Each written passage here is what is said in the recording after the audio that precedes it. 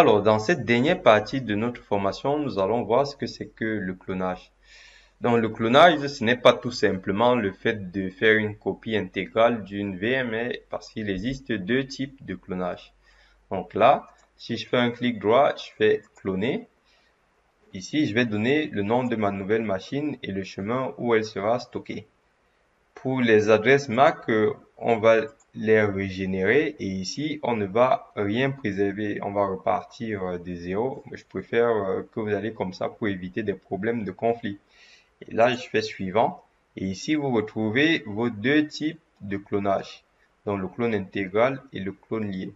Alors, qu'est-ce qu'on vous dit? On vous dit, si vous choisissez le clone intégral, une copie exacte incluant tous les fichiers de disque dur virtuel de la machine virtuelle d'origine sera créée.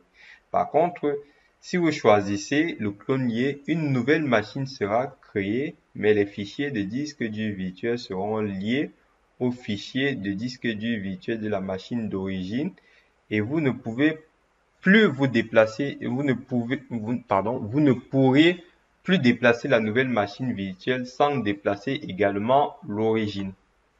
Alors, moi généralement, j'utilise les deux types de clonage, donc le clone intégral et le clone lié.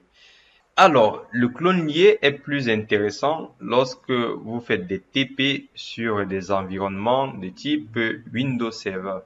Alors, vous allez créer une machine, vous allez faire ce qu'on appelle un sysprep, vous allez éteindre la machine et ensuite vous allez pouvoir créer autant de serveurs Windows 2016 ou Windows 2012 que vous souhaitez.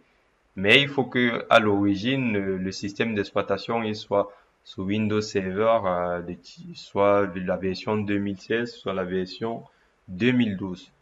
De ce fait, si vous êtes sur Windows Server 2012, vous allez faire autant de clones liés, mais qui auront pour système d'exploitation Windows Server 2012.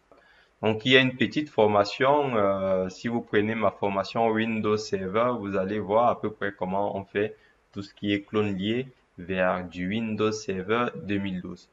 Voilà, c'était tout pour la formation. J'espère qu'elle va beaucoup vous aider. Je vous remercie et à bientôt.